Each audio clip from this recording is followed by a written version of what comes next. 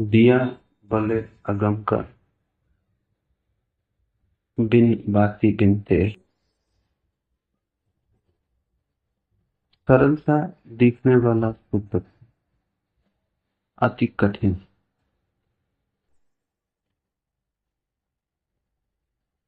जो भी हम जानते हैं, जिन दियों से भी हमारा परिचय, वे सभी तेल से जलते हैं। सभी में बाती की जरूरत।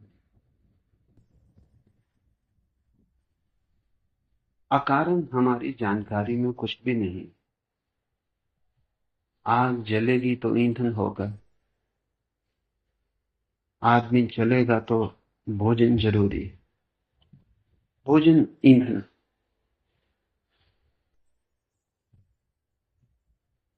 जो भी हम जानते हैं, जो भी हमारा ज्ञान है, वो सभी कारण से बंधा है। ये सूत्र ऐसे तो सरल है कि उस अगम अगोचर का जो दिया है, परमात्मा की जो ज्योति है, वो बिना तेल बिना बाती के जल रही है। पर कठिन बहुत है, क्योंकि हमारी कोई पहचान ऐसे किसी स्रोत से नहीं। हमारी जानकारी तो उन्हीं वृक्षों से है जो बीज से पैदा होते। निर्बीज अबीज वृक्ष से हमारा कोई परिचय नहीं, इसलिए कठिन। लेकिन थोड़ा समझने की कोशिश करें। कुछ उपाय अलग अलग आयाम से समझने के सहयोगी हों। बुद्धि से समझने तो ये बात कभी भी ना आएगी, क्योंकि बुद्धि कारण को समझती है, अकारण को नहीं। लेकिन बुद्धि से गहरे में छिपा हुआ एक और स्रोत है। हृदय अकारण को ही समझता है, कारण को नहीं। जिन्होंने ये कहा है, दिया बले अगम का बिन बाती बिन तेल, उन्होंने कोई सिद्धांत प्रतिपादित नहीं किया। वे किसी विचार की सरणी को उपस्थित नहीं कर रहे हैं। ऐसा उन्होंने देखा, उस दिए के आमने सामने पड़ गए, जहां न बाती थी न तेल।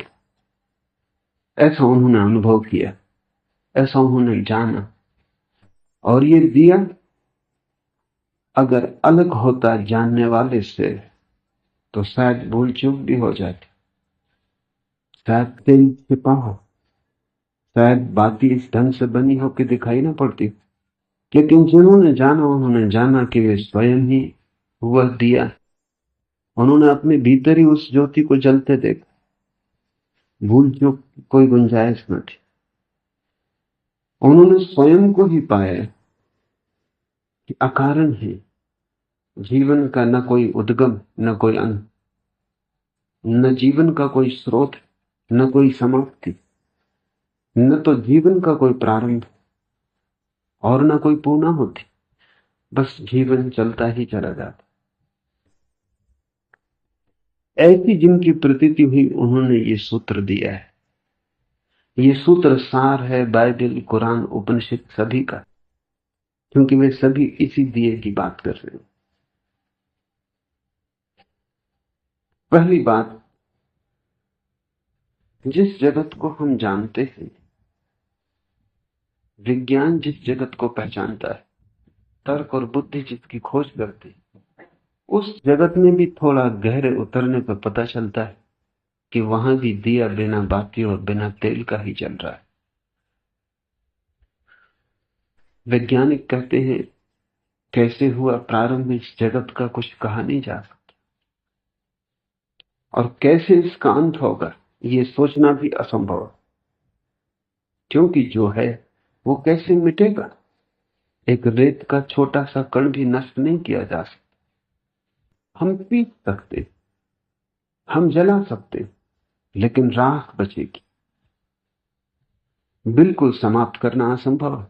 रेत के छोटे से कण को भी शून्य में प्रवेश करवा देना असंभव है। रहेगा, रूप बदलेगा, ढंग बदलेगा, मिटेगा नहीं। जब एक रेत का अणु भी मिटता नहीं, तो ये पूरा विराट कैसे शून्य हो जाएगा? इसकी समाप्ति कैसे हो सकती? अकल्पनीय। इसका अंत सोचा नहीं जा सकता, हो भी नहीं सकता है। इसलिए विज्ञान एक सिद्धांत को स्वीकार कर लिया है कि शक्ति अविनाशी है।